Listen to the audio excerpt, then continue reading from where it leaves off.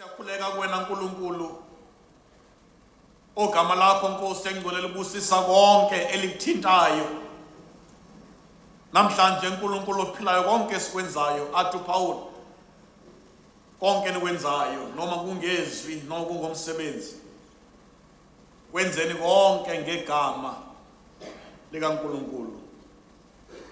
Baba wethu engcwele siza kuwena namhlanje ukuzokhuleka ngoba igama lakho lehlele phakathi kwethu. Nkulunkulu engcwele igama lakho lehlele emizini yakithi. Igama lakho Nkosi engcwele lehlele empilweni zethu. Namhla Nkulunkulu ophilayo umasithandaza ulimi lwethu Nkulunkulu luphumisela amazwi kepha onke lamazwi siwakhuluma egameni lakho esaziyo ukuthi uma sikubiza uqobo lwakho ukhona phakathi wethu. Ileli gama Nkosi yami abafundiswa lona abantwana baka-Israyeli sebekhishiwe ebugqilini Nkosi yami bafundiswa igama lakho Nkulunkulu ophilayo abakubiza ngamagama ahlukahlukene owawuziveze ngawo Nkulunkulu engcwele kokhokho babo kepha lawo magama onke Nkulunkulu ayeqopha ubuNkulunkulu bakho nokuthi unguJehova obusayo phezu kweinto zonke. Bafundiswa Nkulunkulu ophilayo kuba isibusiso esempilweni zabo. Baba wami siza ngenxa yokuthi wabeka igama lakho phezu kokhokho wabo Nkosi yami uAbrahama owamguqula wathi umusumbiza ngoAbrahama wathi uyoba nguyise wezizwe eziningi. Wenza isivumelwano kanye naye. Leso sivumelwano Nkosi yami esahlanganiswa njengomuntu esayina phansi ngegama lakho. Sisivumelwano phakathi kwakhe Abrahama kanye nawe. Akazange asayine leso sivumelwano ngegama lakhe lakubo kepha wasayina leso sivumelwano ngegama lakhe ombize ngalo. Nawe Nkosi engcwele wahlanganyela naye ngegama ozibonise kuyena ngalo. Namhlanje esaphila phakathi kwaba-Israyeli kanye nawe. Silapha Nkulunkulu ngesivumelwano owangena kuso nomqalisi owambiza ngegama Nkulunkulu ophilayo. Wangena esivumelwaneni esisha kanye naye esisekelwe ngaphansi kwesivumelwano sikaKristu asayina ngegazi lakhe nazazisa ngalo Nkulunkulu ophilayo phakathi kwethu esimaziyo njengomsindisi wethu nenkosi yethu.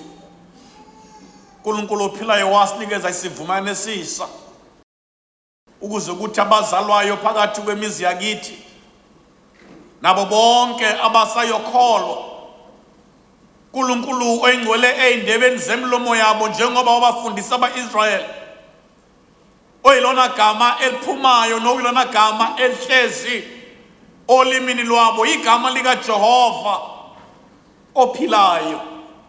Namhlanje siza la phakathi kwalendlu ukuzokhuleka kuwe.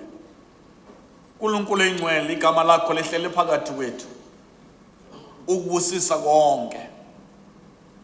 Nkulunkulu ophilayo kwababhabhatiswayo bezalwa babhabhatiswa ngegama lakho, kwababhabhatiswa bezalwa kabusha babhabhatiswa ngegama lakho, kwabahlanganiswayo Nkulunkulu bengena emendweni bahlanganiswa ngegama lakho, kwabendiswayo Nkulunkulu ophilayo bephunyuzwa baphunyuzwa ngegama lakho, kwabacelayo Nkosi yami izinto zonke Mesiya wethu olungile ezizinto zokuphila bayicela ngegama lakho, nabo bonke abacelayo ukusinda ezifweni bacela ngegama lakho.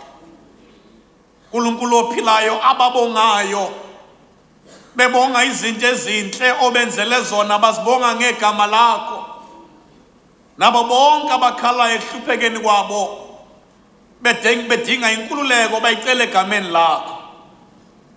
ababusisayo uNkulunkulu ophilayo bededela izitha zabo, badedela ngegama lakho. Nabo bonke abalwayo empini banqoba ngegama lakho. Konke Baba esikwenzayo sikwenza ngegama lakho. Ubuye wabonakala kithi Nkosi, athi Paul umpostoli uJesu wanikeza igama elingaphezulu kwamagama onke, kuze kuthi amadolo onke asezulwini asemhlabeni nangaphansi komhlaba aguqe, amvume onke ethu uyinkosi. Siyakhothama wena Msindisi wethu oze phakathi wethu. Namhlanje sizobonga uNkulunkulu ukuba awugcinanga nje kuphela ngokusiqoqa, nokuba lo wavumelana naye Nkosi amasifundise igama lakho, kepha ngaphezu kwaloko wasinikeza uqobo lwakho, umoya wakho ingcwele ohlezi phakathi wethu, othe ungumthokozisi, ukuze kuthi sithi sibusisiwe sinakho konke lokhu namhlanje esinakho ngegama lakho. Baba wami, umoya wakho ingcwele lokunjalo esithokozisa, esivuselela, esikhumbuza endleleni yethu kuba singobani ababizwe ngaliphi igama. Hlangana kanye nathi moya kaNkulunkulu ingcwele, hlangana kanye nathi ngelosi noRifael oweza ukuzosimema namhlanje uma singabakho phakathi kwalendlu. Siyacela Nkosi yami ukuthi konke esihlangana ngakho namazwi onke esihlangana ngawo Nkosi ephilayo makabusiswe, kuze kuthi inhlanganiso yethu nale nkonzo uNkulunkulu eyohlezi njalo ingqophamlando phakathi kwebandla likamoya, uNkulunkulu ekhumbuza ngalo uNkulunkulu umsuka wethu nezimpande zokuzalwa kwethu. Hlangana kanye nathi moya kaNkulunkulu ingcwele, uze usikhumbuze izindawo zonke osidlulise kuzo, usikhumbuze izindawo zonke odlulise kuzo okhokho bethu, ney'ndawo zonke odlulise kuzo laba bakholwayo kuqala, abasibekela imboniso okuba ukholwa kuyini nokwethemba uJehova kuyini. Hlangana kanye nathi moya ingcwele, usikhumbuze imisebenzi osenzele yona, usikhumbuze izindawo siphusise kuzo.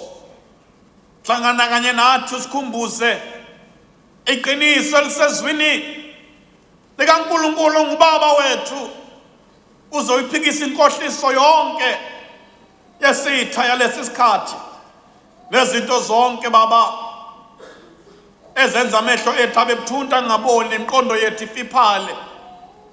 Hlangana kanye nathi moya kaNkulunkulu engcwele, usikhumbuze isivumelwano sethu, usikhumbuze isibophezelo sethu, kuba singabuye sijike futhi sidideke endleleni, kepha sihambe ngaleyo ndlela esakholwa ngayo kuqala kuba iyakusisa ekhaya.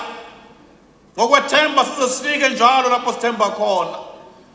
Hlangana kanye nathi moya ingcwele, usikhumbuze isizinda seqiniso esingenakuguquka, kuze kuthi phakathi kweyinkolo neyinkolo ehlukahlukene, lezinto zonke zenza umuntu abe nembuzo empilweni yakhe, kepha uze wena uyiphendule leyo mbuzo, singabi nakungabaza ekukholweni kwethu. Hlangana nathi phakathi kwale nkonzo moya kaNkulunkulu engcwele, uze uhlomise ngaleso sihlangu abahloma ngaso laba abahambayo kuqala, abahamba indlela abangayazi kepha bekholwa izwi laloyo umisile ngaphambili. uNkulunkulu ophilayo kuba ikhona indawo ababekele yona. uNkulunkulu ophilayo namhlanje sazi ukuba wawungakhulumi nje kuphela ngendawo esemhlabeni, kepha waba ukhuluma ngekhaya elisebukhosini bakho lapho esiholela khona. Hlangana nathi moya kaNkulunkulu engcwele, ubuye wambule kithi ubuhle bezulu, ukuze kuthi sesikhohlisa salibala izinto zalomhlaba esikuwo nesisibonayo, kepha singakhohlwa ubukhazikhazi bezinto ezizayo osibekele zona nosithembise zona. Hlangana nathi moya kaNkulunkulu engcwele, ukuba sesizwe amandla ngalelizwe siphila kulo enyameni yethu nasembusweni esiphakathi kwawo, singalibali ngumbuso esiyakuwo kanye namandla kuwo, kepha silangazelele sinqenele ukuzuza amandla ezulu. Wena oweza kithi ukusizwisa amandla, angesiwona amandla semhlabeni, wasinikeza amandla avela ngaphezulu. Athi uJesu nyakwambathiswa amandla, esefikile kini umoya ingcwele kaNkulunkulu. Hlangana nathi moya kaNkulunkulu, usizwise futhi lawo mandla esawezwa baba wami ekuphendukeni kwethu nasekukholweni kwethu, kuze kuthi ngalezi insuku nangalezi ikhathi lapho khona abantu bonke bethemba amandla senyameni, bethemba amandla sembusweni, bethemba amandla asefeni lezinto baba wami ezingumnotho wezwe, uze usikhumbuze ifa esinalo ebukhosini bakho. Singabantwana bakho Nkosi, abakhohlwa kalula, singabantwana bakho abakhohliseka kalula. Wasinikeza lo moya wakho engcwele ukuze singakhohlwa.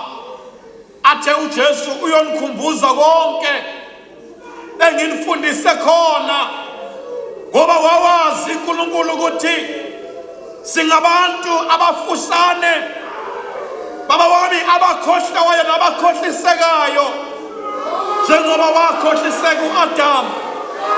Sawumbekile ensimini, kepha kwafika isikhathi sokuba noma ehamba nawe enawe, kepha khohliseke kalula. uNkulunkulu ophilayo ngenxa yomoya wafikayo, wamtshelela inyizwi liphambene nezwi lakho. Baningi endleleni abakhohliseka, baningi endleleni abakhohlwa. uNkulunkulu ophilayo amandla akho nemsebenzi obenzele yona, size phakathi kwale ndumiso ukuze singakhohlwa. Size phakathi kwale ndumiso nale nkonzo lokuzokhumbula kwehla kemoya, wawehlela abantu abangazi lutho nabangazange bakholwe ngokunye ngaphambili, kepha wabehlela umoya wakho ingcwele.